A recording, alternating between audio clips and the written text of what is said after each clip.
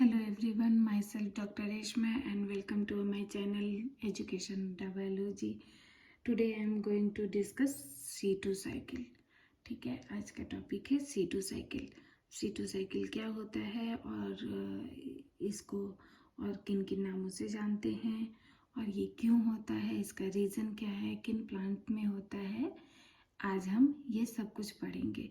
चूँकि ये काफ़ी लंबा टॉपिक है इसलिए मैं इसको 2 पार्ट में वीडियो कंप्लीट करूँगी. ठीक है, पार्ट वन में हम ये देखेंगे कि ये क्यों होता है, किस लिए होता है, किन किन कारणों से होता है और किन किन प्लांट में होता है. ठीक है, दूसरे पार्ट में मैं ये बताऊँगी कि ये कौन कौन से सेल ऑर्गेनेल्स में कंप्लीट होता है और उसका पाथवे स्टेप बाय स्टेप करके समझाऊंगी. ओके, अब हम स्टार्ट करते हैं इसका बेसिक कि C2 साइकिल होता है क्या है. ठीक है, C2 साइकिल C2 यानी कि 2 कार्बन एटम. ठीक है, C2 यानी कि 2 कार्बन.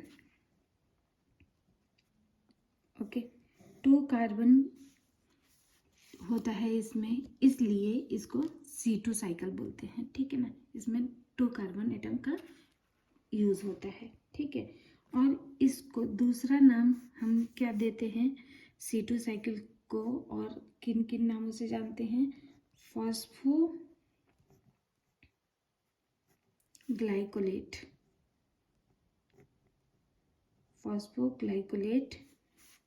एंड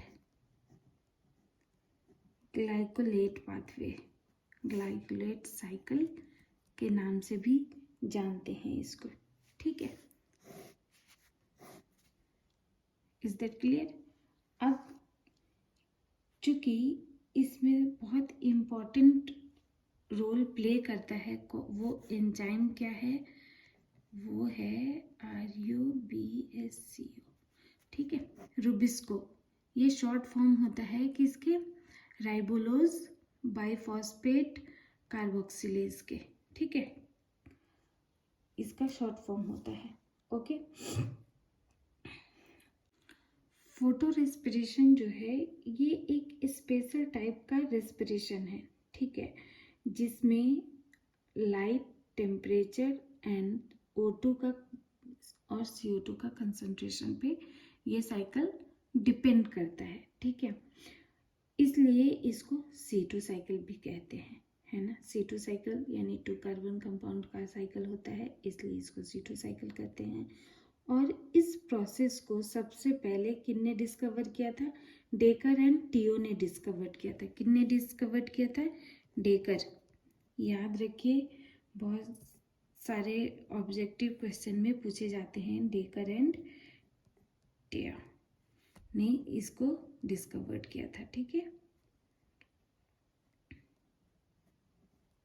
और इसका जो टर्म है फोटोफॉस्फोराइलेशन, उसको फोटो रेस्पिरेशन जो टर्म है वो किसने दिया था? कॉर्टकॉफ ने.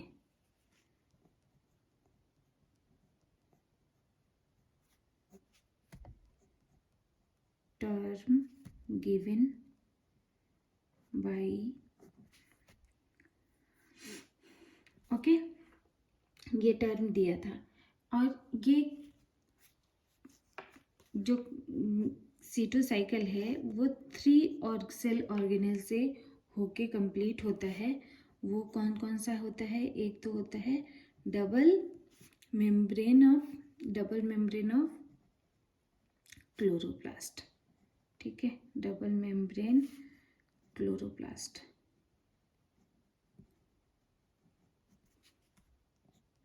दूसरा सिंगल मेम्ब्रेन ऑफ क्या है? पेरोक्सिसोम.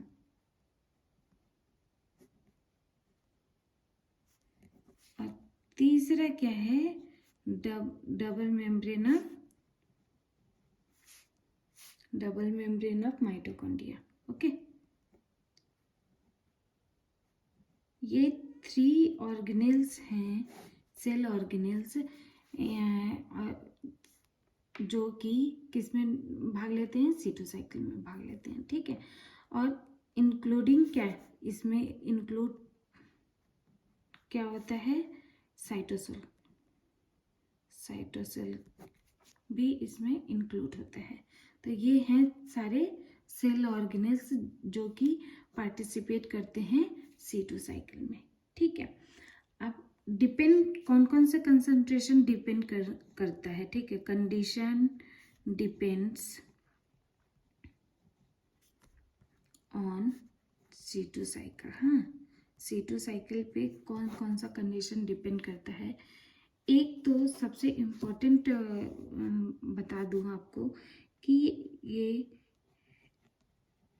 रुबिस्को एक एंजाइम है ना। और ये जो है, जब कंसंट्रेशन होगा, CO2 की कंसंट्रेशन हाई होती है, ठीक है।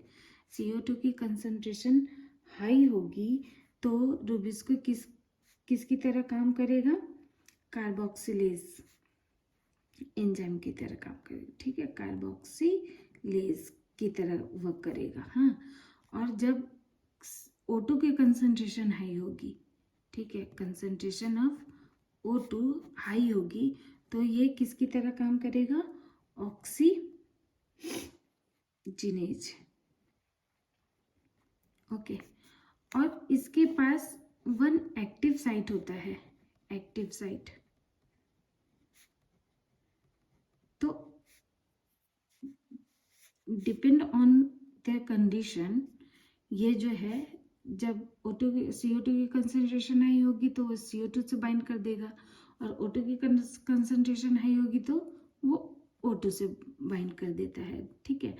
तो ये इसके पास एक ही एक्टिव साइट होता है ना, एक ही एक्टिव साइट होता है। और जब जो कंडीशन होती है उसके अकॉर्डिंग ये वर्क करता है, ठीक है ना, उसमें चेंज हो जाता है। तो इसलिए ये कंडीशन जो है ये C4 प्लांट्स में भी पार्टिसिपेट करता है, ठीक है। रुबिस्को जो है ये C4 प्लांट्स में भी पार्टिसिपेट करता है। C4 प्लांट्स में क्या होता है, बहुत सारे क्या किए हैं, C2 के जो प्रोसेसेस हैं C2 साइकिल के, वो C4 प्लांट्स में क्या हो जाता है, वो नहीं होता है, ठीक है। C2 के जितने सारे स्टेप्स हैं, केमिकल प्रोसेसेस हैं, वो सारे स्टेप C4 प्लांट्स में नहीं होते हैं, क्योंकि ये ऐसा नहीं है कि वो प्लांट केमिकल रिएक्शन नहीं करता है, वो भी करता है, बट उसमें क्या होता है कि ये स्टेप कम हो जाते हैं। क्योंकि वो एक एडवर्स कंडीशन में अपने आप को वो एडजस्ट कर चुका है, वो C4 प्लांट्स। इसलिए C4 प्लांट्स में जो है ये रुबिस्को एंजाइम वर्क करता है, लेकिन वो एक नॉर्मल स्टेज की तरह ही काम करता है। तो नॉर्मल जब साइकिल चलती है, यानी कि C3 साइकिल, ठीक है ना, तो C3 साइकिल में क्या होता है कि CO2 का फिक्सेशन होता है, ठीक है, ये फिक्स होता है ना, CO2 फिक्स होता है। और रुबिस्को किसकी तरह काम करता है, वो कार्बोक्सिलेज की तरह काम करता है। और जब C2 cycle process, C2 cycle कब होती है, जब C2 साइकिल तब होती है जब प्लांट में एडवर्स कंडीशन में सरवाइव करने पे प्लांट को बाध्य होना पड़ता है, ठीक है। एडवर्स कंडीशन, इसको हार्मफुल प्रोसेस भी बोलते हैं।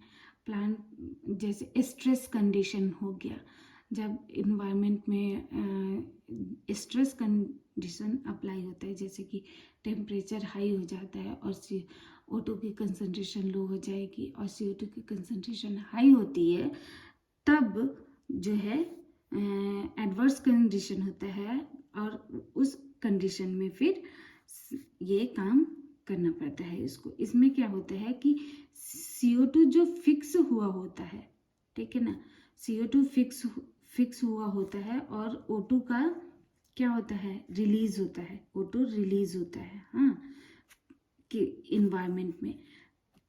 वो नॉर्मल कंडीशन होती है। लेकिन CO2 में क्या होता है, ये जो नॉर्मल कंडीशन में CO2 फिक्स हुआ होता है वो क्या हो जाता है, CO2 यूटिलाइज हो जाता है।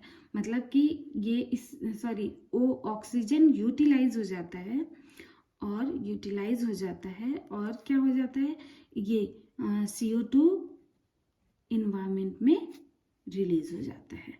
ठीक है, इन्वायरमेंट में रिलीज हो जाता है। उस कंडीशन को फिर हम क्या बोलते हैं, उस कंडीशन को क्या बोलते हैं, C2 साइकिल। ओके, अब हम देखते हैं कि ये कौन कौन से प्लांट्स में होते हैं। ठीक है ना, प्लांट जैसे कि एग्जाम्पल हो गया वीट, है ना, राइस, ठीक है, बीन हो गया, कैप्सिकम। तो ये सब प्लांट जो होते हैं, और भी प्लांट्स होते हैं, ठीक है ना, ग्लाइसिन हो गया, पाइसम सटाइवम हो गया, क्लोरेला और जैसा टाइवा। तो ये सब प्लांट्स में क्या होते हैं, C3 साइकिल होते हैं। ठीक है ना, C3 साइकिल होते हैं। C3 साइकिल को और क्या बोलते हैं पता है, डार्क रिएक्शन भी बोलते हैं, डार्क रिएक्शन भी बोलते हैं C3 साइकिल को। ओके, तो इसमें क्या होता है कि ये जो प्रोसेस है उसमें रूबिस्को एंजाइम हमने देख लिया कि किसकी तरह वर्क करता है। नॉर्मल कंडीशन में होगा तो वो कार्बोक्सिलेज की तरह वर्क करेगा, और अगर एडवर्स कंडीशन में होगा तो वो ऑक्सीजनेज की तरह वर्क करेगा। ठीक है, तो कंडीशंस कौन कौन से हैं वो भी पता चल गया कि कंडीशन क्या है। जब टेम्परेचर कंडीशन, हाँ, टेम्परेचर हाई होगा, हाई टेम्परेचर होगा, फिर CO2 की कंसंट्रेशन लो होगी, ऑक्सीजन की कंसंट्रेशन हाई होगी। ठीक है ना, जब कंसंट्रेशन CO2 की लो होगी, ऑक्सीजन की हाई होगी, टेम्परेचर हाई होगा। ठीक है ना, और ये कितना, लगभग लेस देन 50 ppm अमाउंट में होगा जब CO2, तब ये किसकी तरह काम करेगा, रूबिस्को बिहेव किसकी तरह, ऑक्सीजनेज की तरह बिहेव करेगा। ठीक है ना, ऑक्सीजनेज की तरह बिहेव करेगा। ये एग्जाम में पूछा जाता है कि रूबिस्को जब कौन सी कंडीशन में रूबिस्को किसकी तरह वर्क करता है। ठीक है, तो नॉर्मल कंडीशन होती है C3 साइकिल में तो वो कार्बोक्सिलेज की तरह बिहेव करता है, और अगर एडवर्स स्ट्रेस कंडीशन होता है तो वो किसकी तरह बिहेव करता है, ऑक्सीजनेज की तरह बिहेव करता है। Okay, is that clear. अब रूबिस्को जो है किसकी तरह वर्क करेगा इस प्रोसेस को, ठीक है ना, किन्होंने देखा था, एक साइंटिस्ट थे 1971 में, बोवेज। ठीक है, बोवेज